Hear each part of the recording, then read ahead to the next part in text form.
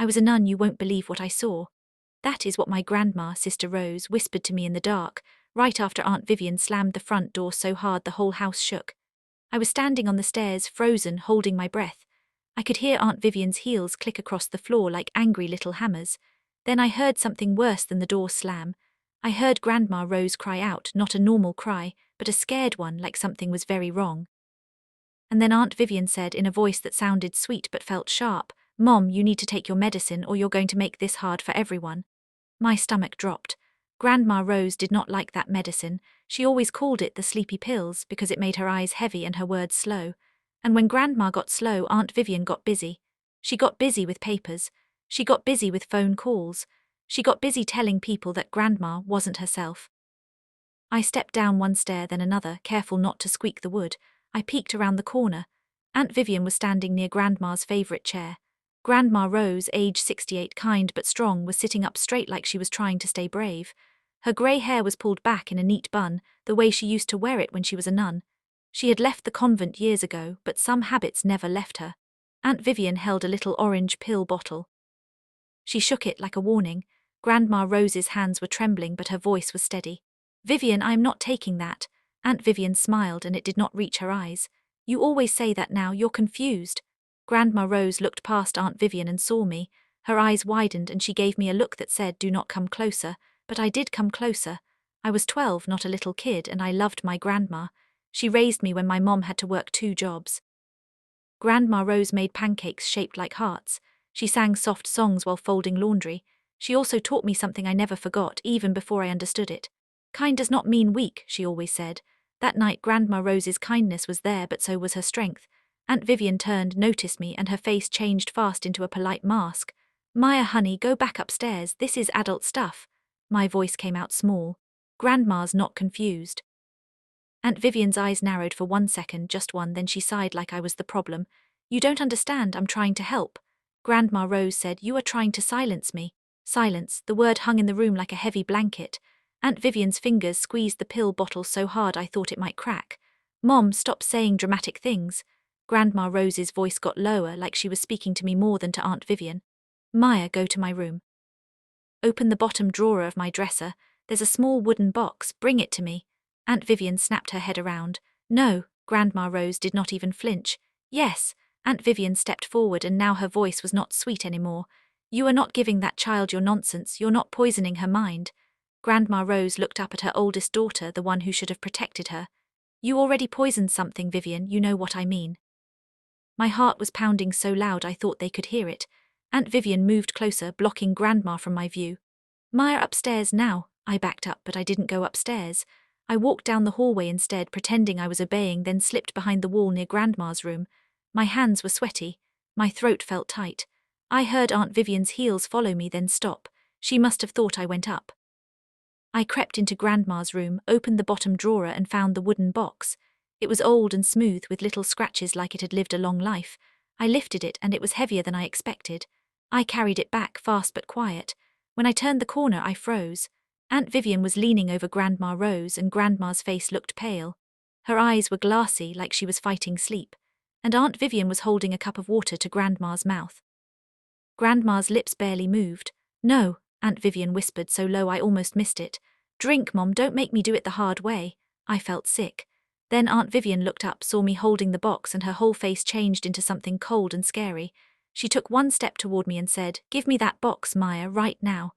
Grandma Rose tried to reach for me, but her hand fell back like it was too heavy. Aunt Vivian's voice sharpened. "If you don't hand it over, you will regret it."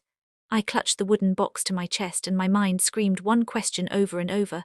Why was my own aunt threatening me in my grandma's house? I didn't think, I just ran. I ran past the living room, past the kitchen, and out the back door into the cold night air. The wooden box thumped against my ribs as I ran, like a second heartbeat. Behind me I heard Aunt Vivian shout my name, and I heard the door bang open. "Maya." I kept running until my lungs burned. I stopped near the big oak tree at the edge of our yard and crouched behind it, trying to be quiet. The night smelled like wet grass. My hands shook as I held the box. I waited, I listened. No footsteps. Maybe she went back inside to Grandma. That thought made my chest squeeze. Grandma Rose was inside, alone with Aunt Vivian, getting sleepy from pills she didn't want. I opened the wooden box right there under the tree like I was opening a secret I wasn't supposed to see. Inside were papers wrapped in cloth, a small cross, a faded photo, and a journal with a worn brown cover. The photo made my breath catch. It was Grandma Rose, much younger, wearing a nun's habit. She was standing next to another nun and a man in a suit. Behind them was a stone building with a big wooden door. It looked like an old church or convent. But what scared me was the way Grandma Rose looked in the photo. She wasn't smiling. She looked like she had seen something she could never forget. I flipped open the journal. The first page had neat handwriting. Sister Rose, private, if you find this, please read with a brave heart. I swallowed hard. My eyes scanned the next lines and my skin prickled. It talked about the convent. It talked about nights when doors were locked. It talked about crying Barbies. It talked about men in suits. It talked about secrets. I didn't understand all of it, not yet, but I knew one thing. Grandma Rose wasn't making up dramatic things. I heard a car door slam from the front of the house. I peeked around the tree. Aunt Vivian's car headlights flashed on. Then I saw something that made my stomach twist even more. Pastor Daniel pulled into our driveway. Pastor Daniel was a family friend. He wasn't our real pastor, but he felt like family.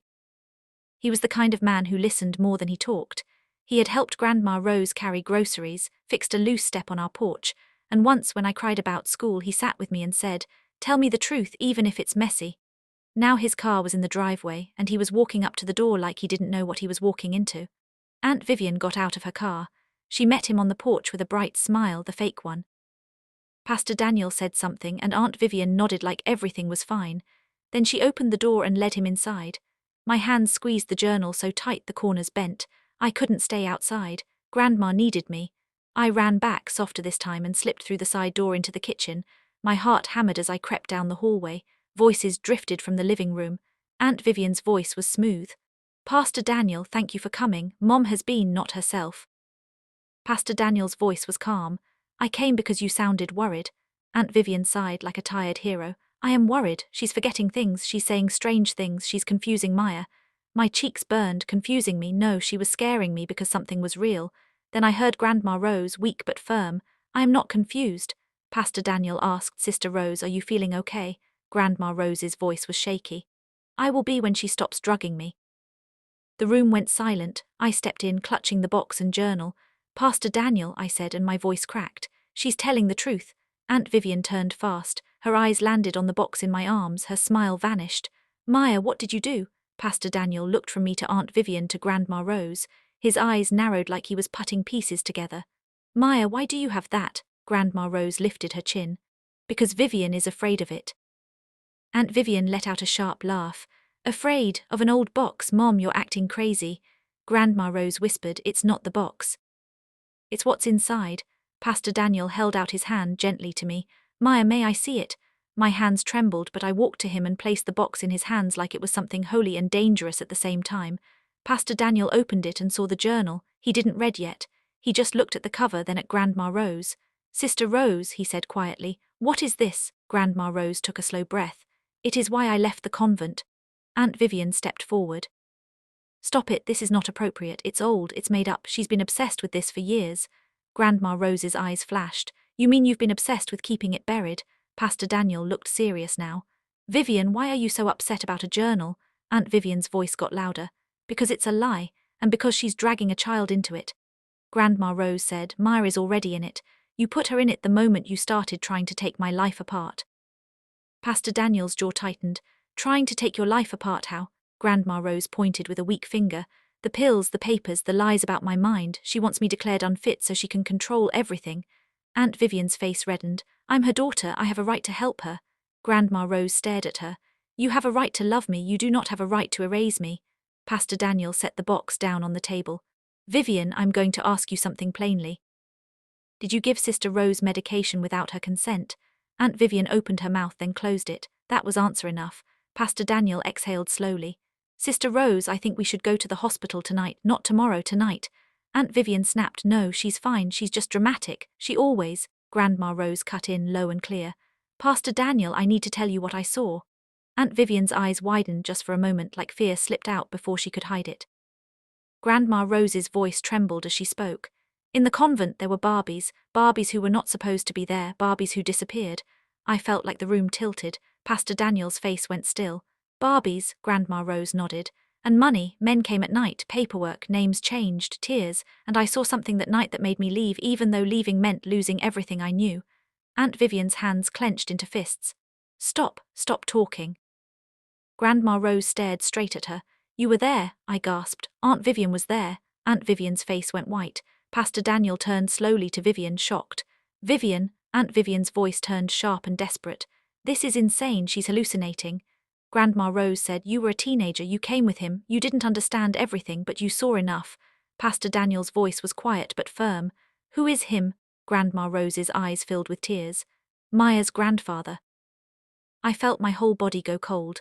My grandfather was dead, we never talked about him much. Grandma Rose always said he made choices that hurt people. That was all. Aunt Vivian burst out, don't you dare say his name like that. Grandma Rose whispered, he did wrong, Vivian, and now you're doing wrong to protect the wrong. Aunt Vivian shook her head fast like she was trying to shake the truth away. No, this ends now. She reached into her bag and pulled out a folder. She slammed it on the table. Pastor Daniel opened it and his face changed. These are guardianship papers, he said. Aunt Vivian's eyes glittered. Signed and filed, I'm taking control of Mom's care starting tonight. Grandma Rose tried to stand, but her legs wobbled. You forged that? Aunt Vivian leaned closer. Prove it. Pastor Daniel looked at the papers again. Vivian, this is serious, we need to slow down. Aunt Vivian turned toward the door and raised her voice. Officer, please come in. My breath stopped. 2 police officers stepped into the living room.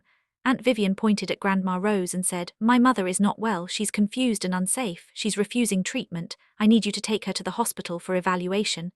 Grandma Rose looked at me, her eyes full of fear and love. Maya, she whispered, don't let her destroy what's in that journal. Pastor Daniel stepped forward. Officers, I have concerns about medication misuse.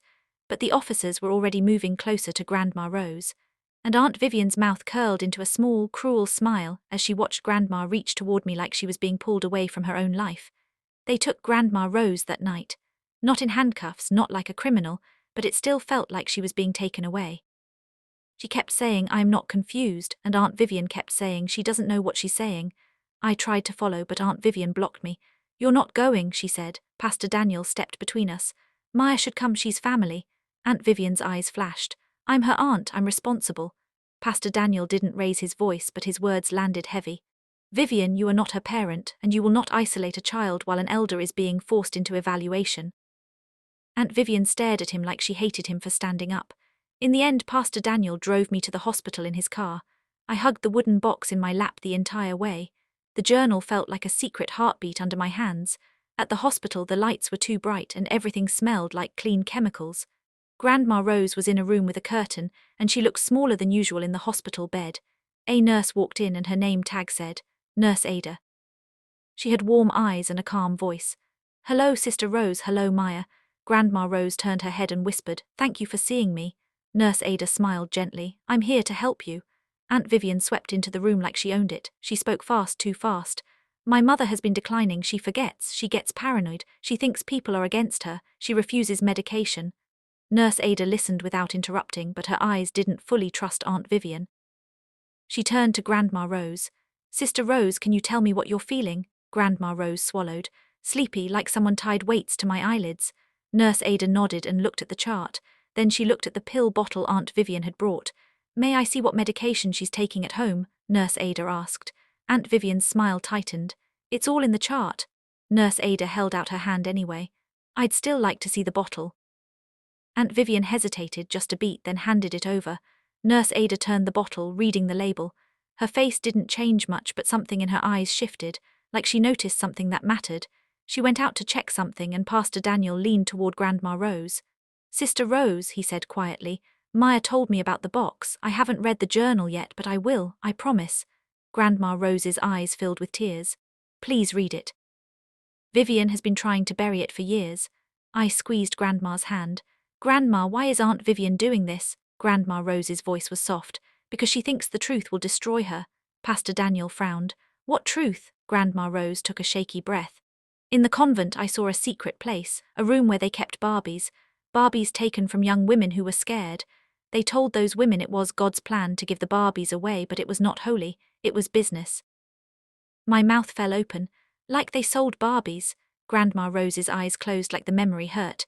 Yes, Maya, and I saw your grandfather bring money, I saw him take papers, I saw him leave with a baby. My whole body went cold. A baby, Grandma Rose nodded slowly. Vivian, I stared. Aunt Vivian, Grandma Rose's tears spilled over. Vivian was not born in a hospital, she was brought into my arms inside those walls. Your grandfather said, we will raise her. No one will know. I was young, I was a nun, I was supposed to obey, but my heart knew it was wrong. Pastor Daniel's face looked stunned, like the air had been knocked out of him. Vivian was taken, Grandma Rose whispered. She was a baby, innocent, but the act was wrong, and the people who did it used God's name as a cover. I hugged Grandma's hand tighter. Did Aunt Vivian know? Grandma Rose shook her head. Not at first, she found out when she was older. Your grandfather left papers behind. I think he thought he was untouchable. Vivian read them. She felt like her whole life was a lie. Pastor Daniel asked, so she's doing this because she's angry? Grandma Rose's voice trembled. Angry and afraid. If the truth comes out, people will ask questions about who helped, about who knew, about money, about the church. And Vivian thinks if she silences me, the truth stays buried. My throat hurt, but why hurt you? Grandma Rose looked at me with a sad, tired love. Because greed grows where love should be, and fear makes people cruel. Nurse Ada came back into the room.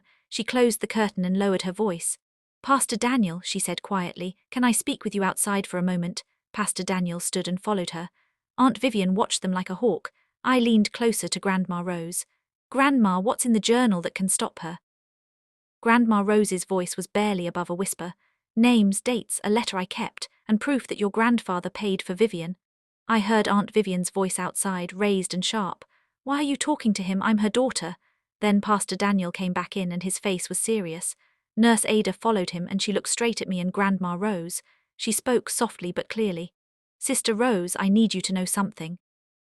The medication in that bottle does not match what's written in your chart. Aunt Vivian snapped. What are you implying? Nurse Ada didn't flinch. I'm saying there may have been a switch, and I'm also saying Sister Rose's sleepiness could be caused by something stronger than what she is prescribed. My heart raced. Pastor Daniel's voice was low. Vivian, did you change her medication? Aunt Vivian's eyes went wide, then hard. This is ridiculous. Grandma Rose whispered, Vivian. Aunt Vivian stepped closer to the bed. Her voice was sweet again, like a knife hidden in frosting. Mom, you're exhausted, you need rest. Maya, you look tired too, why don't you go sit in the waiting room? I shook my head. No, Aunt Vivian's smile disappeared. Maya, don't make this difficult. Nurse Ada stepped forward. Maya can stay. Aunt Vivian's eyes flicked to Nurse Ada, then to Pastor Daniel, then to the door, like she was calculating. Then she suddenly said, Fine, I'll get coffee. Everyone relax. She walked out. The moment she left, Grandma Rose grabbed my wrist with surprising strength. Her eyes were wide, urgent. Maya, she whispered, the journal can't stay here. Pastor Daniel said, we can keep it safe. Grandma Rose shook her head. Not in this building, Vivian has ways. Nurse Ada frowned. How? Grandma Rose swallowed. Because I saw her on the phone earlier. She told someone tonight, get it done. My blood ran cold. Pastor Daniel stepped closer. Sister Rose, who would she call? Grandma Rose whispered one word. A lawyer. Then, before any of us could speak, the lights flickered, the hospital hallway went dim, and the alarm sound started, loud and angry. Nurse Ada spun toward the door. Power issue, stay calm. But the curtain moved like someone brushed past it, and when I looked back at the bed, my heart stopped. Grandma Rose was gone. For a second, my brain refused to believe it. The blanket was folded wrong, like someone yanked it. The bed rails were down. The space where Grandma Rose had been was empty. I screamed, Grandma.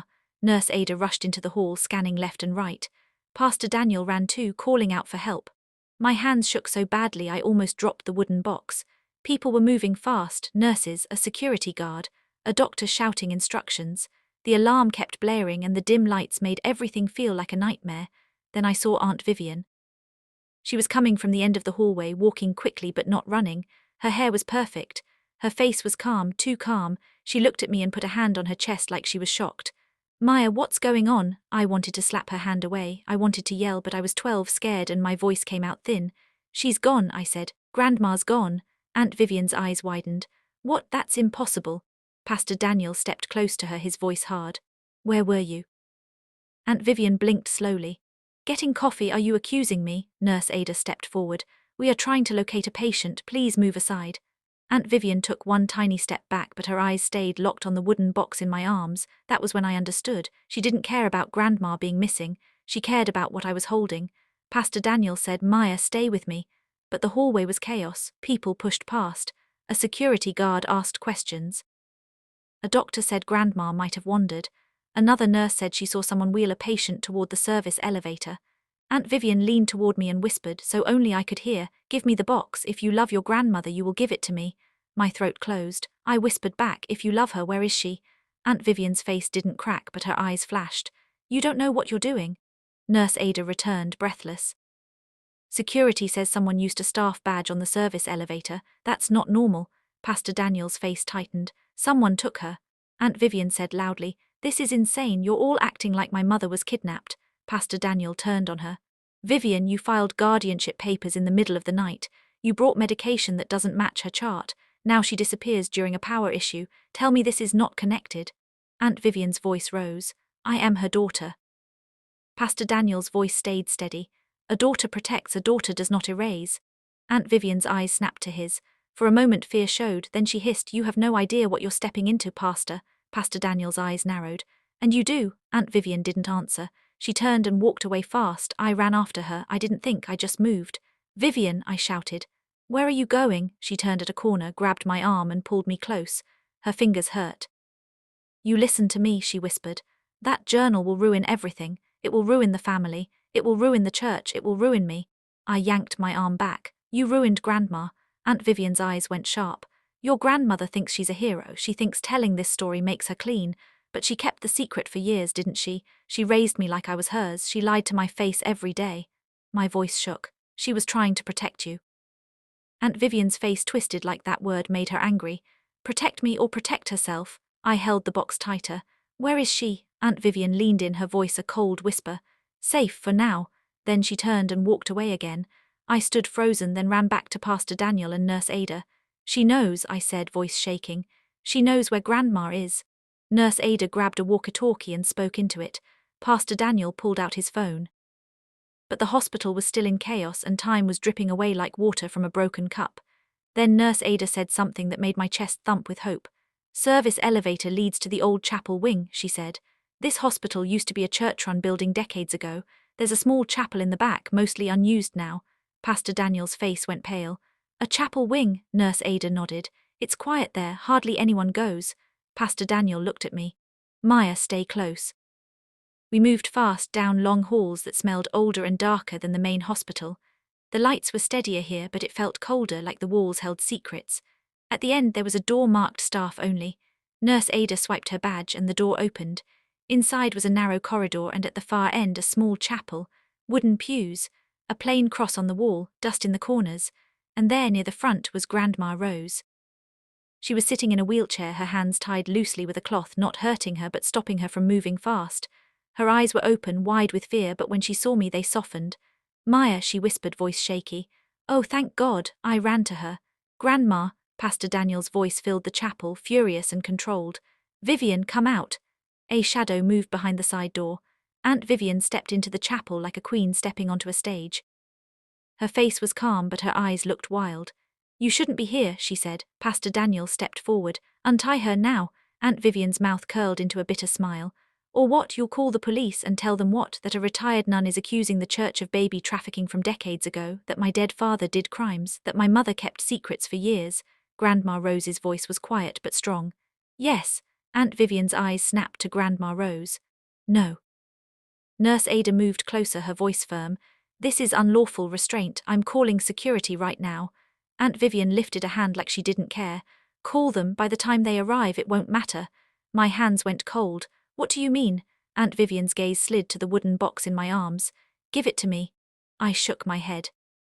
Aunt Vivian took a step forward. "Maya, I'm not asking." Grandma Rose whispered, "Maya, don't." Pastor Daniel said, "Vivian, stop. Think." Aunt Vivian's eyes were wet now, like anger and pain were fighting inside her. "You all think you know me. You think I'm just greedy. You think I'm evil." Her voice broke a little. "I grew up feeling like something didn't fit, like my mother looked at me with guilt, like my father watched me like a secret, and then I found the papers. I found out my whole life was built on a lie." Grandma Rose's voice trembled. "Vivian, I was going to tell you." Aunt Vivian laughed bitter. When you were dead, when it was safe for you." Grandma Rose's eyes filled with tears. "I was ashamed, I was afraid, but I loved you." Aunt Vivian's face twisted. "Love doesn't erase what you did." Then Aunt Vivian reached into her pocket and pulled out a lighter. My heart jumped. No, Aunt Vivian held the lighter up, her hand shaking. Give me the journal, I will burn it, and then this ends. Pastor Daniel stepped forward fast. Vivian, don't do this. Aunt Vivian's eyes locked on mine. Last chance, Maya. The lighter clicked, a small flame appeared, and Aunt Vivian leaned toward the wooden box like she was about to set our whole truth on fire. Everything happened so fast, but I remember it like it was slow. I hugged the wooden box tighter and backed away. My voice came out loud even though I was shaking. No. Aunt Vivian's flame wavered. Pastor Daniel moved between us, putting his body like a shield. Vivian, he said, calm but firm, put it down. You can't fix pain by destroying evidence. You can only make more pain. Aunt Vivian's eyes darted from his face to Grandma Rose's face. For a moment she looked like a scared kid, not a grown woman. Then Grandma Rose spoke, and her voice was soft, the way she sounded when she tucked me in at night. Vivian, Grandma said, I am sorry I hid the truth. I am sorry you found out like a wound instead of like a conversation. But burning the journal will not heal you. It will only make you a person you never wanted to become. Aunt Vivian's hand trembled. The flame danced. Nurse Ada, smart and brave, did something simple. She didn't scream. She didn't rush. She just stepped to the side and quietly pressed a button on the wall. A loud alarm beeped in the chapel wing, different from the earlier one. A security alert. Aunt Vivian's head snapped up. What did you do? Nurse Ada said. I called security to this location. They are coming now. Aunt Vivian's face went tight with panic. She looked at the flame, then at the box, then at Grandma Rose. Look what you made me do, she spat, voice shaking. Pastor Daniel shook his head. No, Vivian, your choices are yours. Aunt Vivian's eyes filled with tears, and for the first time I saw the real thing under all her anger. She was hurt, she was ashamed, and she was scared of consequences. She whispered, if people know, they'll hate me. Grandma Rose said, people will ask questions, they should, but the truth is not about hate. It is about making what is wrong stop being hidden. Aunt Vivian's face crumpled. I didn't choose how I was born. Grandma Rose nodded, tears falling. No, you didn't. And none of this was your fault when you were a baby. Aunt Vivian's voice cracked. Then why do I feel like it's my fault? Pastor Daniel spoke gently. Because secrets make people feel dirty even when they are not. Secrets spread shame like smoke. The chapel door burst open and 2 security officers hurried in, followed by a hospital supervisor. Nurse Ada pointed quickly. Aunt Vivian stepped back, flame still in her hand. One officer said, Ma'am, put the lighter down. Aunt Vivian looked around like a trapped animal, then slowly, she lowered the lighter and dropped it onto the floor. The flame went out. I exhaled a breath I didn't know I was holding. Security untied Grandma Rose's hands and checked if she was okay. Nurse Ada stayed close, her face full of care. Pastor Daniel spoke to the supervisor and explained everything, clear and calm, like he was laying bricks of truth where lies used to be. Aunt Vivian tried to speak over him at first, but then she stopped. She looked tired, like the fight drained out of her. Grandma Rose was wheeled back to her room, and this time Aunt Vivian did not walk beside her like an owner. She walked behind, like someone facing what she had done. In the hospital room, Nurse Ada did a full medication check. She confirmed that Grandma Rose had been given stronger pills than she needed. She wrote a report and told Pastor Daniel how to file it the right way. Pastor Daniel read parts of the journal with Grandma Rose's permission. He didn't read it out loud like gossip. He read it like it mattered because it did. The journal explained everything in plain words. What was happening? Grandma Rose had kept proof that long ago inside her convent, people used religion as a cover to move Barbies and money in secret. It was not holy work. It was wrongdoing hidden behind prayers and quiet halls. Why the betrayal happened? Aunt Vivian found out she was one of those Barbies. She felt like her whole life was a lie. She got angry at Grandma Rose for keeping that truth. Then anger turned into fear. She feared the truth would destroy her image, her job, and her control of the family. So she tried to silence Grandma Rose by calling her confused and forcing her into guardianship. She thought if Grandma looked unfit, no one would believe her story. How everyone was connected.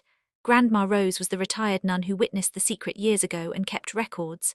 Aunt Vivian was Grandma Rose's eldest daughter, raised by Grandma and her husband, but not born to them in the normal way. Pastor Daniel was the family friend who believed Grandma Rose and helped protect Maya and the journal. Nurse Ada was the hospital nurse who noticed the medication problem, spoke up, and helped stop the wrongdoing. Consequences and fallout. The hospital filed a formal report about the medication mismatch and the restraint in the chapel wing. Security documented everything. Pastor Daniel helped Grandma Rose meet with a legal aid worker and a trusted investigator, so the journal could be handled safely and correctly. Aunt Vivian's guardianship attempt was challenged because it was rushed and suspicious. Aunt Vivian was removed from Grandma Rose's medical decisions immediately for Grandma's safety, and the biggest consequence was this: the truth did not disappear. It finally had air. Aunt Vivian did not go to jail that night in some dramatic scene. Real life doesn't always work like that, but there were real steps, real paperwork, real witnesses. Nurse Ada's report mattered. Security footage mattered. Pastor Daniel's statement mattered, and Grandma Rose's journal mattered most of all. A few days later, Aunt Vivian came to Grandma Rose's house with Pastor Daniel present. She didn't come alone. She didn't come to take over. She came because she had to face the truth, and because she finally understood she couldn't bully it into silence. She stood in the living room, hands twisting together, eyes red. Grandma Rose sat in her favorite chair, looking tired but steady. She was off the wrong medication now. Her voice sounded like herself again. I sat on the couch beside her, holding her hand. Aunt Vivian spoke first, and her voice was small. "Mom, I did terrible things." Grandma Rose nodded slowly. "Yes," Aunt Vivian swallowed hard. "I was angry. I felt like you stole my real story from me." Grandma Rose's eyes filled with tears. "I should have told you sooner. I waited too long, and that was wrong." Aunt Vivian's lip trembled. "I kept thinking if I control everything, I won't feel powerless." Pastor Daniel said softly. "Control can look like safety, but it can become cruelty." Aunt Vivian looked at me. "Maya, I scared you." I didn't know what to say because it was true. She did scare me, so I said the simplest truth I had. "I thought you didn't love Grandma at all." Aunt Vivian flinched like those words hit her. "I do, I didn't know how to hold my feelings without hurting someone." Grandma Rose squeezed my hand, then she looked at Aunt Vivian. "Vivian," Grandma said, "I raised you, I fed you, I prayed over you, I watched you grow. That part is real. Even if the beginning was wrong, the love I gave you was not fake." Aunt Vivian's tears spilled.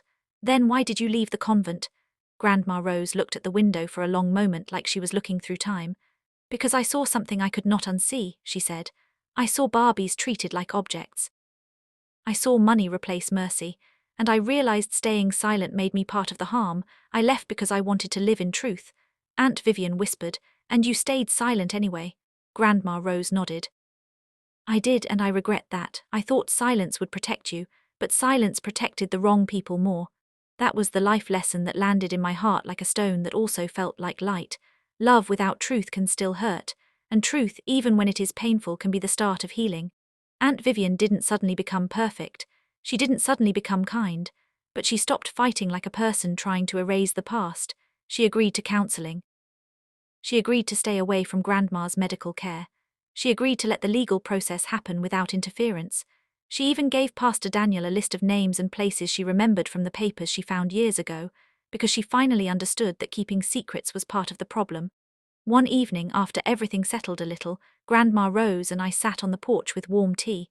The sky was orange and soft. I asked, "Grandma, are you okay?" She smiled, tired but real. "I'm okay, Maya. I was afraid, but I'm still here." I leaned against her shoulder. "I still can't believe you were a nun," she chuckled. "I was," I asked, "and you really saw all that?" Her eyes turned serious. "Yes, and you know what else I saw?" "What?" I whispered. "I saw what fear can do to people," she said, "but I also saw what courage can do. Courage brings truth into the light." I looked at the house, at the yard, at the quiet street. It didn't look like a place where big secrets lived, but I knew better now. I squeezed her hand and said, "I'm glad you told me." Grandma Rose squeezed back. "Me too." And for the first time in a long time, our home felt safe again, not because everything was perfect, but because the truth was no longer locked away in the dark.